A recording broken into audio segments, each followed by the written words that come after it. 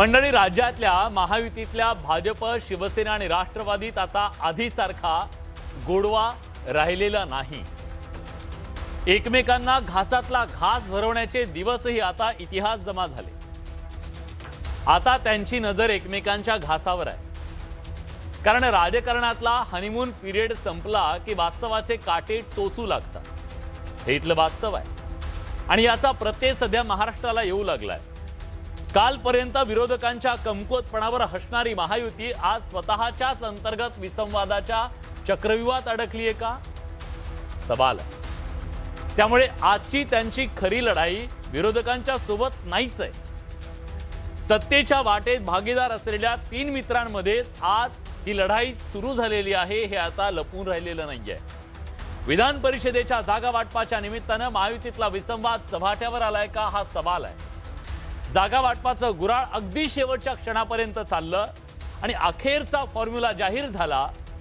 पण तोपर्यंत नेत्यांच्या मनातले कडू कारले कार्यकर्त्यांच्या उरात बंडखोरीच्या रूपानं रुजले का? नाशिक, छत्रपती संभाजीनगर आणि रायगड ह्या 3 जागांवरती तिढा कायम होता आणि यासारख्या प्रतिष्ठेच्या जागांवर महायुतीच्या घटकांनी आपल्या मित्रांच्या विरोधात बंडखोरीच्या तलवारी उपसल्या. ज्याला जागा मिळाली, जो इच्छुक होता, त्यांनी तिथं उमेदवार उभा केला का? कदाचित उद्या त्याला फ्रेंडली फाईट असं गोंडस नाव सुद्धा दिलं जाऊ शकतं. पण राजकारणातली लढाई कधी मैत्रीपूर्ण नसते, ती फ्रेंडली नसते, ती केवळ अस्तित्वाची असते. स्थानिक स्वराज्य संस्थांच्या निवडणुकांमध्ये हा फ्रेंडली प्रयोग करून एकमेकांची ताकद आजमावण्याचा खेळ आपण सगळ्यांनी पाहिला. पण हा खेळ खेळताना महायुतीचं ऐक्य कागदावर राहिलं होतं आणि मैदानात मात्र एकमेकांचे पाय खेचण्याची स्पर्धा आपण सगळ्यांनी बघितली. या साठमारीच्या मुळाशी आहे ती प्रत्येकाची राजकीय महत्वाकांक्षा आणि अस्तित्वाची लढाई. आपल्या फुटीच्या नंतर शिवसेना राष्ट्रवादी अस्तित्वाची लढाई लढतायत. त्यांना कोणत्याही परिस्थितीत आपले पारंपरिक बाले किल्ले मजबूत ठेवायचे, शाबूत ठेवायचे आपले गड. जर त्यांनी आता माघार घेतली तर त्यांचं राजकारण संपेल अशी भीती त्यांना आहे. दुसरीकडे भाजपचं अनेक दशकांचं स्वप्न आहे, ते म्हणजे 100% भाजप आणि स्वबळ. या 2 परस्पर विरोधी प्रवाहांमध्ये महायुतीची नौका सध्या हेलकावे खातीये. त्यामुळे महायुतीतले 3ही पक्ष एकमेकांच्या सोबत मजबूतीनं उभे आहेत की मजबुरीनं, याचं उत्तर महाराष्ट्रातल्या सामान्य जनतेला सुद्धा आता कळू लागलंय. सत्ता टिकवणं ही तिघांची मजबुरी आहे, तर एकमेकांना शह देणं ही त्यांची रणनीती आहे का? खरं सांगू, बंडखोरीच्या माध्यमातून चव्हाट्यावर आलेली ही सगळी साठमारी केवळ जागांसाठी नाहीये, तर आगामी विधानसभेच्या शेवटच्या रणसंग्रामापूर्वी एकमेकांची शक्ती क्षीण करण्याची, ही छुप्या युद्धाची नांदी तर नाही ना, हा प्रश्न आज राजकीय वर्तुळात चर्चेला जातोय. पण त्याआधी बघूया, आता काँग्रेसचे प्रवक्ते डॉक्टर विवेक कोरडे आहेत. खूप स्वागत आहे सर तुमचं. आपल्यासोबत लोकमत नागपूरचे संपादक श्रीमंत माने सर आहेत, जे आपल्याला सगळ्याचं विश्लेषण करतील.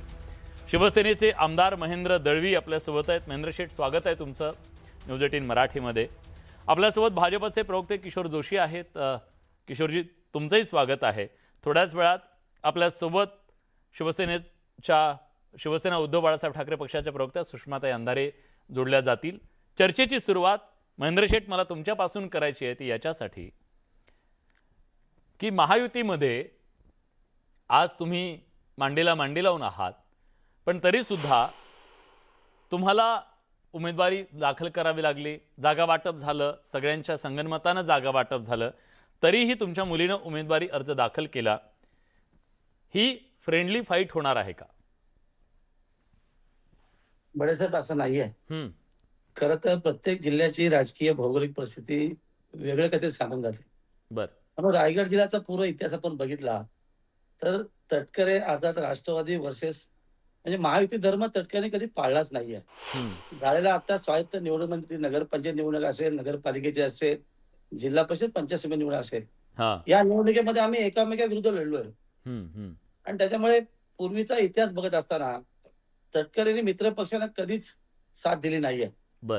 आणि म्हणून या विरोधात खऱ्या अर्थाने जनमत आहे. आणि कोकणाची स्वायत्त निवडणूक आहे, जे स्वायत्त निवडणुकीमध्ये जे इलेक्टेड सदस्य आहेत, मेंबर आहेत, त्यांचा तो मतांचा अधिकार आहे. आणि मग संपूर्ण कोकणाला माहित आहे की आतापर्यंत आदरणीय तटकरे साहेबांनी सगळ्याच नेत्यांना फसवलेलं आहे. आणि म्हणून आजची निवडणूक ही अतिशय महत्वाची आहे, दिशादर्शक असे मी नक्की सांगेन. बर आणि म्हणून मी माझ्या कन्येचा फॉर्म 30 तारखेला भरला. आता त्यामध्ये अनेक चर्चा डिबेट झाल्या. मी स्वतःहून कन्येचा माझा फॉर्म भरला आणि कुठेही कोणाचा विचार न घेताना भरला. काल आम्ही आदरणीय शिंदे साहेबांना भेटलो. त्यांना संपूर्ण आमची माहिती किंवा कैफियत सांगितली. त्यावेळेला बरेचसे आमचे नेते होते, महेंद्र थोरे होते, कोकणातले अनेक मान्यवर नेते होते. आणि आतापर्यंत जे घडलं बिघडलं ते आम्ही त्यांच्यासमोर मांडलं. बर अर्थात त्यांना याचं पूर्ण माहिती निश्चित आहे. पण नेहमीच आम्हालाच का फसवलं जातं. आणि म्हणून ह्या निवडणुकीमध्ये मी कन्येचा फॉर्म भरलाय. आता पण आम्ही शेवटी असं ऐकलं काहीतरी पॅचअप झाले, तुमचं काहीतरी वाटाघाटी झाली आहे, पालकमंत्री पदाच्या बदल्यात तुम्हाला आमदारकीच्या बदल्यात पालकमंत्री पद असं काही ठरल्याचं कळतंय. असं काही घडलंय? नाही, पालकमंत्री हा आमचा नक्की अधिकार आहे. हा तर असं आहे की भरत शेठच्या रूपाने आज मंत्री आहेत, 4 वेळचे ते आमदार आहेत आणि सिनियरिटी बघताना त्यांना मिळालं पाहिजे. परंतु मागच्या सरकारच्या वेळेस आदितीताईंना जेव्हा पालकमंत्री दिलं तेव्हा आम्हीच उठाव करून त्याला मुख्यमंत्री महोदयाने स्थगित दिली. आणि लगभग आता पावणे 2 वर्ष होत आलेली आहेत. आणि आम्ही आशावादी आहोत की भरतशेठच्या रूपाने पुन्हा आम्हाला पालकमंत्री पद म्हणजे पालकमंत्री मिळालं पाहिजे. पालकमंत्र्याने आजच्या या निवडणुकीचा विधान परिषदेत कुठलाही धोरणाशी संबंध नाही, हे त्रिवार प्रत्येक. बरं, मी थोडं थेट विचारतो. महेंद्र शेठ, तुम्ही मला माहिती आहे उत्तर टाळणार नाहीत. हे केवळ दबाव तंत्र आहे की एकदा दाखवायचं आहे तुम्हाला तटकरेंना? नाही, अजिबात दबाव नाही आहे. सगळ्यांची इच्छा निश्चित आहे की एकदा या विषयाचा अंत झाला पाहिजे असं आमचं मत आहे. कारण मी मी मी ऐका, मी नगरपालिकेच्या निवडणुकी संदर्भात कोलाड नाक्यावरती तटकरेंच्या घरासमोर वक्तव्य केलं होतं की तटकरेंचा उलटा प्रवास सुरू झालाय. कदाचित संपूर्ण फॅमिलीच्या बॅगा दिल्लीपर्यंत पोहोचल्या आहेत. काही दिवस 5-6 महिन्यातच हे परिवर्तन होणार आहे. आणि आता त्यानंतर दादाच्या निधनानंतर जे काय राष्ट्रवादीमध्ये अंतर्गत घमासान झालं आणि जे चित्र स्पष्ट झालं, कदाचित येणाऱ्या या निवडणुकीनंतर माझा शब्द खरा ठरेल असं माझं व्यक्तिमत निश्चित आहे. आणि म्हणून तटकरेच्या दृष्टीने ही निवडणूक म्हणजे अनेकांची त्यांच्या चिरंजीव निवडणूक ही दिशादर्शक आहे आणि महत्वाची असं मला नक्की वाटतं. आणि म्हणून या निवडणुकीला छेद देण्यासाठी माझ्या कन्येने फॉर्म भरला. अर्थात रत्नागिरी असेल, सिंधुदुर्ग असेल, रायगड असेल, माझाही राजकीय आर्थिक स्वरूपाचा प्रवास आहे. त्या प्रवासामध्ये अनेक पक्षाचे माझे मित्र सहकारी आहेत. आणि भाजप तुमच्या सोबत आहे या लढाईमध्ये? नाही, बघा, आता असं आहे की हे 4 तारखेला स्पष्ट होईल. बरं फॉर्म विड्रॉलच्या नंतर ह्या सगळ्याच प्रश्नाचं म्हणजे आज ज्या ठिकाणी महाराष्ट्रामध्ये बंडखोरी झाली याचं उत्तर आपल्याला 4 तारखेला नक्की मिळेल. ठीक आहे. सुषमाताई अंधारे, महेंद्र शेठ, सुषमाताई अंधारे हसत होत्या कारण त्यांना एक तरी हायसं वाटत असेल आता हे लढत आमच्याशी नाही आहेत, हे आपापसातच घनघोर युद्ध सुरू झालेलं आहे. आणि सुषमाताई ते असं म्हणाले की हे अंताची सुरुवात आहे. तर ही एका घनघोर युद्धाची सुरुवात आहे का? नाही, ज्या पद्धतीने आता महेंद्रजींनी म्हटलं की ही एका अंताची, पण हे अंत म्हणजे काय नेमकं, त्या अंताची व्याख्या काय? तर म्हणजे तटकरेंचा राजकीय अंत करू पाहतायत का सगळेजण? मग तटकरेंचा राजकीय अंत करण्यासाठी तर आता अनेक जण टपलेले आहेत, किंबहुना काय म्हणतात ते पेरावे तसे उगवते. तटकरेंनी जे आयुष्यभर पेरलेलं आहे आणि प्रत्येक वेळेला स्वतःच्या पोळीवर तूप ओढण्याचा प्रकार केलेला आहे, त्यामुळे तटकरेंना त्याचं निश्चित पेबॅक करावं लागणार आहे, हे तितकंच खरं आहे. पण आता अडचण अशी आहे की महेंद्रजींनी जो फॉर्म भरला, अवघ्या मला वाटते त्याच दिवशी बहुतेक उदय भाऊ दुसरीकडे बोलत होते आणि ते बोलताना असं म्हणाले की पक्षाची एक शिस्त आहे आणि त्या शिस्तीच्या बाहेर कोणी जाईल तर ते अजिबात खपवून घेतलं जाणार नाही. आणि आपण महाविकास आघाडीचा, महायुतीचा भाग आहोत, हे आपण लक्षात ठेवलं पाहिजे. तर आता महेंद्रजींची त्यांच्याबद्दल मला पूर्ण सहानुभूती आहे, परंतु तुमच्याबद्दल सहानुभूती बाळगत असताना त्याच कोकणातले एक तुमच्या पक्षाचे अत्यंत दिग्गज नेते एका अर्थाने म्हणजे जरबवतायत तुम्हाला, घाबरवतायत तुम्हाला, किंबहुना तुम्हाला सूचना वजा इशारा देत आहेत की हिशोबात राहा. काय वाटतंय की बाबा म्हणजे काय मला अजून एका गोष्टीकडे लक्ष वेधायचं आहे. अब्दुल सत्तार म्हणाले की आमचे मुंडके छाटली जात आहेत आमच्या मित्र पक्षाकडून. मग हे काय चाललंय महायुतीमध्ये काय चाललंय? एक्झॅक्टली. एकीकडे अब्दुल सत्तार म्हणताय मुंडकं छाटलं जातंय, भाजपकडून मुंडकं छाटलं जातंय. दुसरीकडे महेंद्रजी म्हणतायत की राष्ट्रवादीच्या तटकरेंचा राजकीय अंत होणार आहे. आणि तिसरीकडे महेंद्रजी ज्या किंवा अब्दुल सत्तार ज्या पक्षात आहेत त्याच पक्षाचे उदयभाऊ मात्र म्हणतायत की प्रत्येकाने शिस्त पाळली पाहिजे. तर आता तुम्ही तुमच्या अंतर्गत असणाऱ्या पक्षांच्या सोबत तर लढायला शस्त्र काढलेली आहेत, पण त्याच वेळेला मुळात जो एक पक्ष आहे, शिंदे सेना आहे, त्या शिंदे सेनेतल्या उदय सामंतांचं म्हणणं मात्र काहीतरी वेगळंच येतंय. त्यामुळे मला असं वाटतंय की खाई त्याला खवखवे. हा, हे यांच्या सगळ्यांमध्येच इतकी काही काही चलबिचल चालू झालेली आहे. सत्ता इतकी जास्त झाली आणि सत्तेमुळे प्रत्येकाला वाटायला लागलं की आता ती सूत्र माझ्याच हाती आली पाहिजे. हा, त्यामुळे त्यांच्याकडूनच एक सत्तेची साठमारी सुरू झालेली दिसते. आणि या साठमारीमध्ये विशेषतः हा. महेंद्र दळवी असतील किंवा संतोष बांगर असतील किंवा अब्दुल सत्तार असतील, यांच्यासोबत उदय सामंतांच्या सारखे दिग्गज नेते मात्र उभं राहताना दिसत नाहीयेत. हे पण ठीक आहे. वाईट आहे. आपल्या जोशी सर, महायुतीतले आम्ही प्रेम बघितलं, जिव्हाळा बघितला, घासातला घास एकमेकांना भरवताना आम्ही बघितलेलं आहे, काय नातं होतं ते. पण आता असं झालंय की त्या आठवणी झाल्या, गोड आठवणी राहाव्यात अशा पद्धतीनं झालं.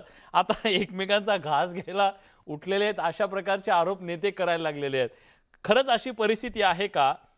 अंतर्गत हा सगळा युद्धाचा प्रकार आहे का? बिलकुल नाही. निवडणुका आल्या आणि निवडणुका गेल्या. असा प्रश्न असा आहे, एका निवडणुकीमध्ये कोणाला जरी काही तिकीट नाही मिळालं किंवा कोणतरी बाजूला झाला, अशी बरीच वक्तव्य होत राहतात सगळ्यांकडे. त्यामुळे प्रत्येक गोष्टीमध्ये जर काही आपण युद्धच आहोत, आता कोणाचा मुंडकं छाटणार आणि ह्या सगळ्या भाषा जरी एक कोणी काहीतरी बोललेलं असेल तरी ही काही पक्षाची भूमिका आहे असं मला वाटत नाही. महायुती अत्यंत स्ट्रॉंग आहे आणि ती राहणार आहे. मग बंडखोरी कशासाठी? एवढी बंडखोरी कशासाठी की पक्षाचीच फूस आहे त्याला? नाही, पक्षाची बिलकुल फूस नाही. जी जागा तुम्हाला सुटली त्याच्या विरोधात तुमचा मित्र पक्ष उमेदवारी देतोय, जी जागा तुमच्या मित्र पक्षाला सुटली तिथं तुमचा उमेदवार उभा राहतोय.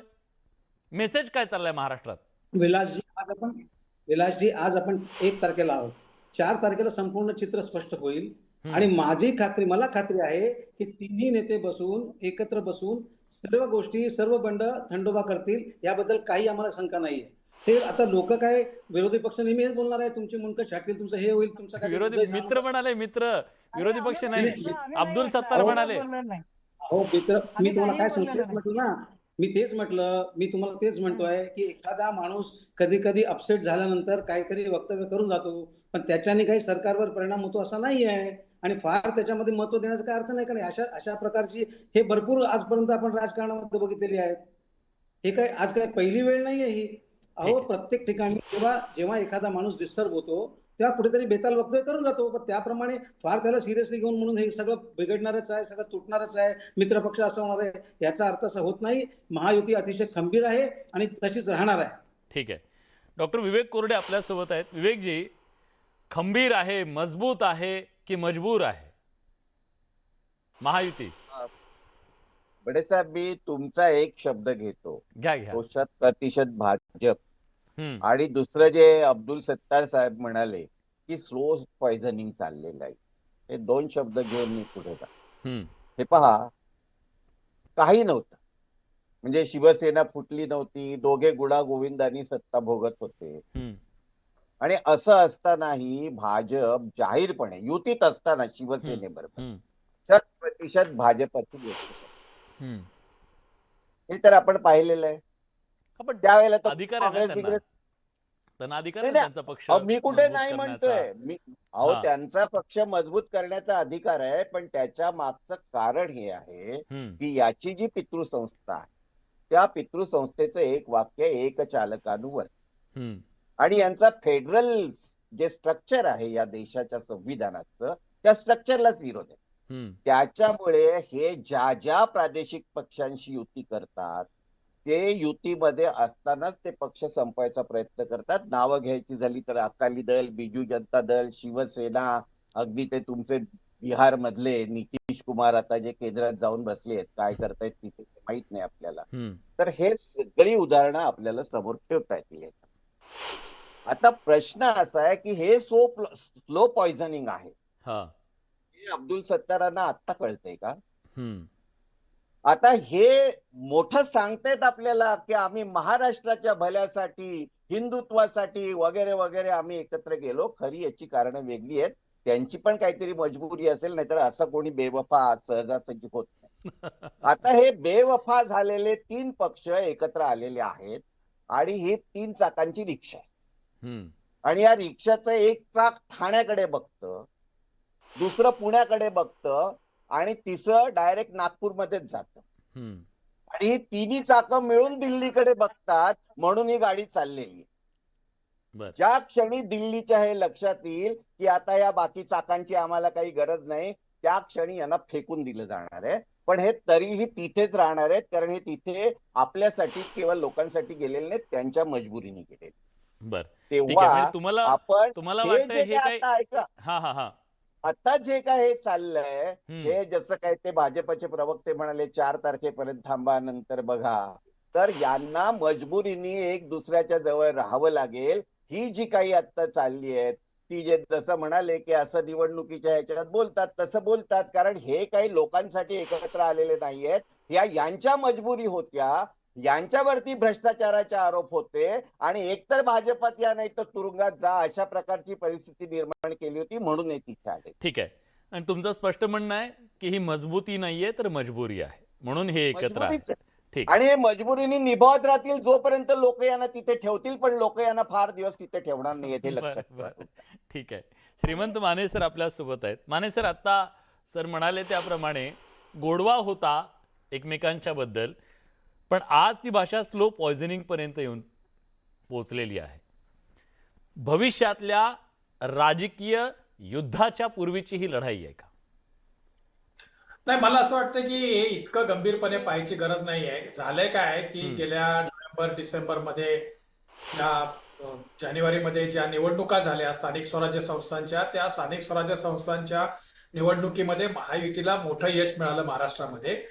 जिल्हा परिषदेच्या 12 जिल्हा परिषदेच्या निवडणुका झाल्यात आणि आता फरक असा आहे की 20 जिल्हा परिषदांच्या निवडणुका ज्या आहेत त्या ओबीसी आरक्षणाच्या मुद्द्यावरती रखडलेल्या आहेत. त्यामुळं आता जे रिप्रेझेंटेशन जे आहे स्थानिक स्वराज्य संस्थांमधलं ते सुद्धा मर्यादित स्वरूपाचं आहे, कारण उरलेल्या 20 जिल्हा परिषदांच्या निवडणुका झालेल्या नाहीत. हा एक मुद्दा. ज्या झाल्या नगरपंचायती आणि नगर परिषदांच्या 288 म्हणजे 242 आणि 46 अशा 288 आणि राज्यातल्या महानगरपालिकांच्या निवडणुका, या निवडणुकांमध्ये महायुतीला यश मिळालं. त्यावेळेला सुद्धा आपण पाहिलं, तेव्हा आपण चर्चा पण केली होती की हे थोडं महायुतीमध्ये एकमेकांच्या विरोधात बंडखोरी होते, अमुक होते, तमुक होते. तर ते सत्तेचं वाटप करतानाचे सगळे प्रयोग आहेत. आणि आता पण एवढे सगळे बंडखोरी होण्याचं किंवा एकमेकांच्या विरोधात दंड थोपटण्याचं कारण काय आहे? कारण एवढं यश मिळालंय स्थानिक स्वराज्य संस्थांमध्ये, तर ते रिफ्लेक्ट व्हायला पाहिजे विधान परिषदेमध्ये पण. आपली ताकद वाढवली पाहिजे आणि म्हणून हे एकमेकांच्या विरोधात लढतायत. आता तुम्ही विदर्भातल्या जागांवरती तितक्याशा प्रमाणामध्ये बंडखोरी नाहीये. जिथं हे पक्ष समसमान ताकदीचे आहेत, उदाहरणार्थ आता रायगड, रत्नागिरी, सिंधुदुर्गचं आपण उदाहरण घेतलं, संभाजीनगर आहे, नाशिक आहे, संभाजीनगर आहे, जिथं या दोन्ही प्रादेशिक पक्षांची म्हणजे शिवसेना आणि राष्ट्रवादी यांची ज्या भागात ताकद आहे तिथं भाजप आणि त्यांच्यामध्ये स्पर्धा आहे.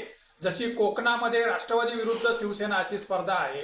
नाशिकमध्ये भाजपने म्हणजे गडबड केली, ती जागा राष्ट्रवादीला दिली आहे आणि तिथं मात्र भाजपकडून बंडखोरी आहे. महाविकास आघाडीने त्याचा फायदा घेतला. त्यांनी शिवसेनेला दिली ती जागा, नरेंद्र दराडे. नरेंद्र दराडेंना भाजपवाल्याने तिथं बंडखोरी केली, भाजपच्या एका उमेदवाराने. भाजप उमेदवार म्हणजे ते गणेश गीते जे आहेत ते गिरीश महाजनांचे खूप जवळचे आहेत आणि त्यांच्या बंधूंनी तिथं बंडखोरी केली आहे. आणि त्यामुळे महाविकास आघाडीने म्हणजे चलाकी अशी केली आहे की ते भाजपच्या उमेदवाराच्या पाठीमागे उभे राहिलेत. म्हणजे ते काही महायुतीतलं जे काही भांडण आहे त्याचा फायदा घेण्याचा हा प्रयत्न आहे. संभाजीनगरला पण असंच आहे. त्यामुळं मला असं वाटतं की हे म्हणजे सत्तेचं वाटप करण्यातलं भांडण आहे. पण सर आजपर्यंत ठीक आहे, संसार म्हटल्यावर भांड्याला भांडं लागतं, आवाज येतो, हे सगळं होतं, पण जी भाषा बदललेली आहे, म्हणजे आज अब्दुल सत्तारांची भाषा, मी दुपारी त्यांची मुलाखत घेतली, तर ते इतकं पोटतिडकीनं बोलत होते, त्यांना म्हणजे आम्हाला ते कशा कशा नाही, नाही. पद्धतीनं छाटलं जातंय आणि संपवलं जातंय ह्याच्याबद्दलची कहाणी ते सांगत होते. नाही आता डॉक्टर कोरडे म्हणाले त्याप्रमाणे ते तर हिंदुत्वाच्या रक्षणासाठी गेलेत नव्हते तिकडं. हा, मग तुमचं म्हणणं आहे का हिंदुत्वासाठी थोडं कॉम्प्रोमाइज करावं त्याने, कॉम्प्रोमाइज सोसावं करायला काय हरकत नाही ना, सोसावं? ओके. सोसायला पाहिजे ना त्यांनी. त्यामुळं आम्ही तेव्हा विनोद केलेलाच होता आणि आज जे बोलले ते आपण गंभीरपणे घेतोय, असा विषय आहे त्यात. बर, महेंद्र शेठ हे सोसवत नाही का एकमेकांचं आता एकमेकांना? खरं तर आता असं झालंय की माझं ते माझं आणि तुझं ते पण माझं, ही स्पर्धा इतकी वाढली आहे का की खरं तर सगळ्यांना काय वाटलं, इथं नाही मिटलं दिल्लीत जातील. दिल्लीत मिटिंग झाल्या, दिल्लीत मिटिंग होऊन सुद्धा मुख्यमंत्री म्हणाले पेपर सोपा आहे, कठीण होतं ते सुटलंय आणि आता सोपा पेपर आहे. असं वाटलंय की आता लगेच जाहीर होईल, पण तसं झालं नाही. हे इतकं कठीण पेपर का झाला? असं का अब्दुल सत्तारजी आज जे वक्तव्य केलं याच्यावरती खूप डिबेट चालू आहे की आरोप प्रत्यारोप सुरू आहेत, हा. ज्येष्ठ आहेत ते. तर त्या मतदारसंघाचे किंवा एकंदर त्यानं अनुभवलेले ते कदाचित ते असेल. पण मी महायुतीच्या बद्दल बेबनाव असं काय म्हणणार नाही. माझं म्हणणं फक्त एवढंच आहे, कोकणातल्या या आत्ताच्या निवडणुकीच्या संदर्भात हा, जे चित्र उभं कोकणात राहिलं की महायुती आहे आम्ही ना महेंद्र शेठ. महायुती आहे ना, हा. महायुती आम्ही संख्याबळाने जास्त आहोत. आमचं आग्रही म्हणणं होतं की ही सीट शिवसेना सुटावी, हम्म. तर आम्ही सर्वाधिक जास्त आहोत. त्याचं कारण असं आहे, जिल्हा परिषदेला रायगड जिल्हा परिषदेला आम्ही टॉपर असल्याने आम्हाला तिथे अध्यक्षपद दिलं नाही. 3 नंबरच्या असल्याला भारतीय जनता पार्टीला दिलं. काही तटकऱ्यांची खेळी होती हम्म. आणि या अशा खेळीला छेद देण्यासाठी खऱ्या अर्थाने ही निवडणूक आमच्यासाठी महत्वाची आहे. आता अनेकांचे आरोप मी जोशी साहेबांचं पण बघितलं, ते कदाचित त्यांचं ते व्यक्तिमत असेल, त्यांनी असा आरोप केला. आम्ही महायुती विषयीचं काय चुकीचं म्हणत नाही किंवा उदय सामंत जे काय बोलले किंवा आज जे तिथे फॉर्म भरायला गेले त्यांच्याविषयी आमचं काय मत नाही आहे. तो महायुतीचा आदेश आहे.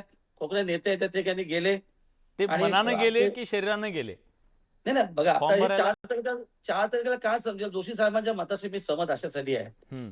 की ज्या जागा 17 ठिकाणी जे वाटप झाले, आता ते सिटिंग असल्या कारणाने त्या ठिकाणच्या सीट दिल्यात असं एकंदर म्हणणं आहे. बर बर. पण आमचं म्हणणं त्याला काउंटर करणं असंच आहे की कोकणाने किती वेळा अन्याय सहन करायचा.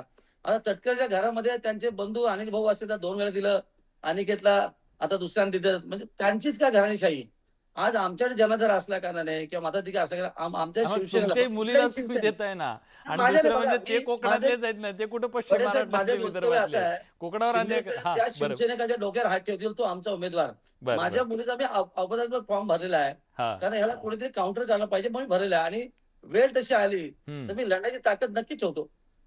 बरं किशोरजी, आता बघा लढण्याची ताकद तर सगळ्यांमध्ये आहे, तुमच्यात तर सगळ्यात जास्त आहे. तुम्ही सगळ्यात मोठा पक्ष, जगातली सगळ्यात मोठी पार्टी आहात. पण ह्या सगळ्यामध्ये मोठा भाऊ म्हणून तुमची जबाबदारी पण तितकीच आहे ना, की महायुतीमधलं जे काही घरातलं भांडण आहे ते घरात राहावं, ते चव्हाट्यावर येऊ नये. दिल्लीमध्ये जाऊन सुद्धा आपण मिटू शकत नाही. हे जे महाराष्ट्रासमोर चाललंय, तुम्हाला वाटत नाही हे चुकीचं चाललंय? नाही चुकीचा प्रश्न. तुम्ही आता जर प्रत्येक ठिकाणी जर थोडं अनालिसिस केलं, हम्म.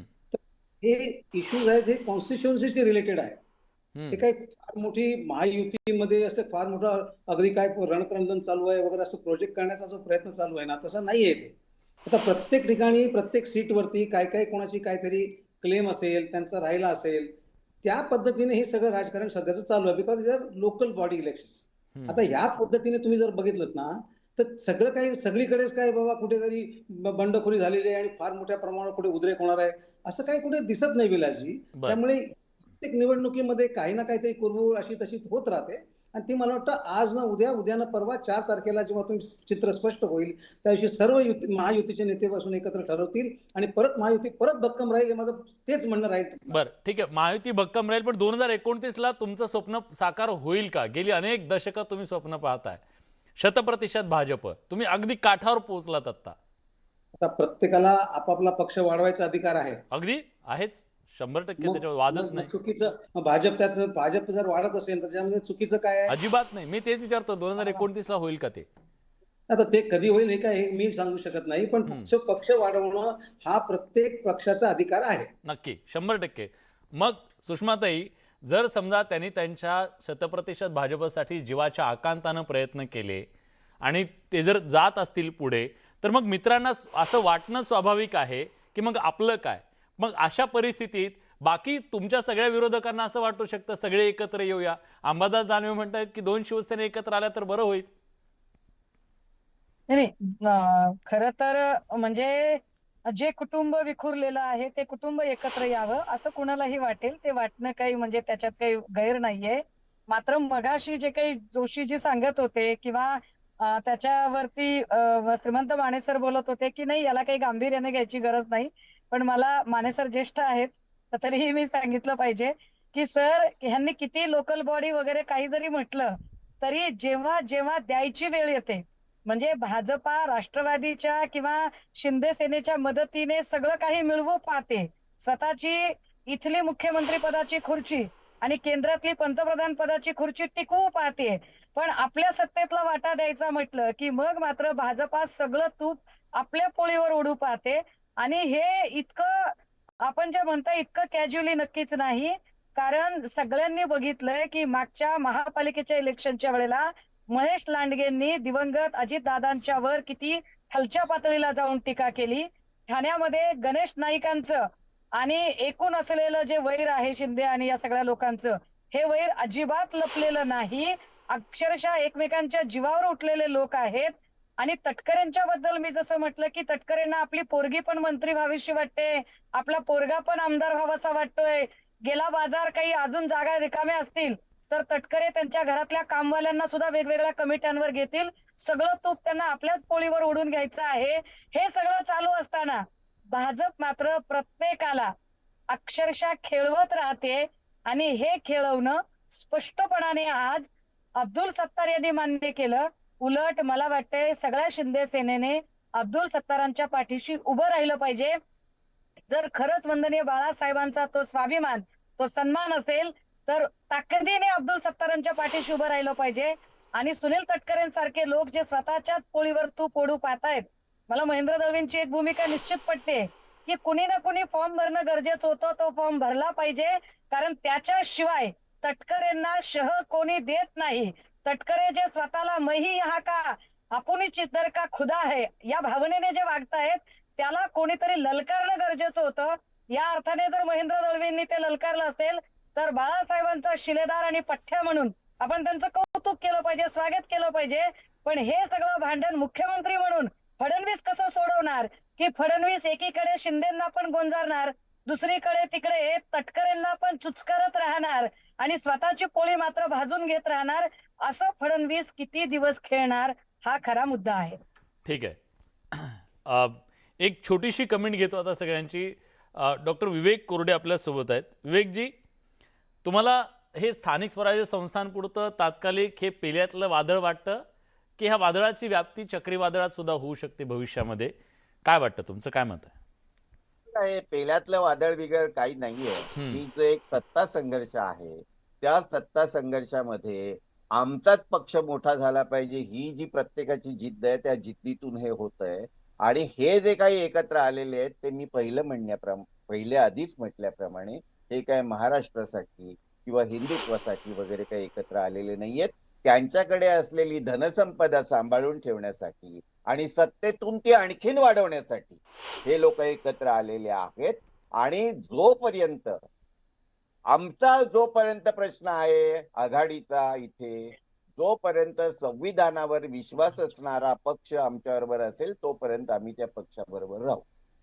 बर, माने सरांना एक शेवटची कमेंट मला विचारायची आहे. माने सर, आता सद्यस्थितीमध्ये ज्या निवडणुका झाल्या गेल्या काही वर्षातल्या, ह्या निवडणुकांमध्ये फ्रेंडली फाईट्स नावाचं एक खूप गोंडस नाव समोर आणलं गेलं. पण ही फ्रेंडली फाईट एक प्रकारे ताकद आजमावण्याची ही काय म्हणतात त्याला, ती लिटमस टेस्ट होती. अशा परिस्थितीमध्ये प्रादेशिक पक्ष जे 2 आहेत ते आपापले गड राखण्याचा प्रयत्न करतायत आणि भाजपला ते गड काबीज केल्याशिवाय 100% पूर्ण करता येणार नाही. हे 2 प्रवाह जे आहेत तिथं ही नौका अशी दोलायमान होती का महायुतीची? त्याने ही जी फ्रेंडली फाईट नावाचा जो प्रकार आहे ना तो ऍक्च्युअली अपोजिशनची स्पेस ऑक्युपाय करणारा प्रकार आहे. म्हणजे आता या चर्चेमध्ये मगाशी सुषमाताई म्हणाल्या तेव्हा तसे किंवा डॉक्टर कोरडे साहेब म्हणाले त्याप्रमाणे हे महायुतीतलं भांडण हे कितीही आनंददायी जरी असलं तरी त्याचा अंतिम रिझल्ट काय असणार आहे, तर तो अंतिम रिझल्ट आता मगाशी घराणेशाहीवरती चर्चा झाली, तटकरेंच्या घराणेशाहीबद्दल बोललं गेलं, पण मग असंच घराणेशाही मग दराडेंच्या घराणेशाहीबद्दल का बोलत नाहीत? कारण ते एकाच घरामध्ये 2 आमदार ऑलरेडी आहेत ना. असं असं बरेच ठिकाणी आहे. आणि तुम्ही सगळी यादी पहा, त्याच्यामध्ये हे जे आपापले किल्ले राखून ठेवण्याचे जे सगळे प्रयत्न होत आहेत ना, ते प्रामुख्यानं घराण्याचेच किल्ले आहेत ते, आणि ते राखून ठेवायचे प्रयत्न होत आहेत. हा यातला एक भाग. दुसरा भाग असा आहे, खरं तर याच्यावर खूप गंभीर चर्चा व्हायला पाहिजे, की महायुतीनं आता जे उमेदवार दिलेले आहेत, विशेषतः भाजपने जे उमेदवार दिलेले आहेत, तर ती यादी पाहिल्यानंतर आपल्या लक्षात येतं ना, काँग्रेस राष्ट्रवादीमधून आलेले किती जणांना उमेदवारी दिलाय, मग निष्ठावंतांचं काय? तर म्हणजे जे प्रचलित प्रवाह जो असेल तो प्रवाह स्ट्रेंथन करत जायचं, आपापली सत्ता कायम ठेवायची, आणि हे करताना अशा वेळेला आपसात भांडायचं की ज्या वेळेला अपोजिशनला काही स्पेस घेण्याची संधी आहे, आणि मग ते आपसातच भांडणाने ती अपोजिशनची स्पेस ऑक्युपाय होते. आनंद वाटतो महायुतीतला, म्हणजे सुषमाताई असू द्यात किंवा कोरडे साहेब असू द्यात, महायुतीतला भांडणाचा आनंद वाटणं ठीक आहे, परंतु महाविकास आघाडीची जागा ही अपोजिशन मधली जी आहे ती घेतली जाते या भांडणामधून, हे अधिक गंभीर आहे ना. ठीक आहे, म्हणजे ती सुद्धा एक राजकीय खेळी असू शकते की सगळा फोकस आपल्यावरती असावा आणि त्या खेळीचा हा भाग आहे असं सरांचं म्हणणं आहे. पण एक मात्र आहे की ज्या पद्धतीनं महायुतीमध्ये गेल्या काही दिवसापासून खटके उडताना दिसत आहेत, स्थानिक पातळीवर जरी ती आता आहेत असं सांगितलं जात असलं तरी वरच्या पातळीवर सुद्धा त्याचे अनेक प्रकारचे उदाहरणं महाराष्ट्राच्या समोर आलेली आहेत. मग एकमेकांचे नेते फोडण्यापर्यंत सुद्धा ते जात आहेत. त्यामुळे पुढच्या काळामध्ये हे केवळ फ्रेंडली फाईट पुरतं राहतं, एका युद्धात रूपांतरित होतं, चक्रीवादळात होतं, हे बघावं लागेल. पण या चर्चेत आपण आलात, आपली भूमिका मांडली, त्याबद्दल सगळ्यांचे मनापासून आभार. बघा प्रेक्षकांचं काय म्हणणं आहे. जेव्हा आपण हा प्रश्न विचारला होता की बंडखोरीनं महायुतीतली साठमारी चव्हाट्यावर आली आहे का, तर 94% प्रेक्षक म्हणतायत होय ती चव्हाट्यावर आली आहे, 6% नाही असं म्हणतायत. पण चव्हाट्यावर आली आणि विरून गेली असं होतं की चव्हाट्यावरून ती आता भीषण रूप घेते, हे पाहणं महत्त्वाचं आहे. बडे मुद्देच्या चर्चेत आज आपण इथेच थांबतोय. धन्यवाद.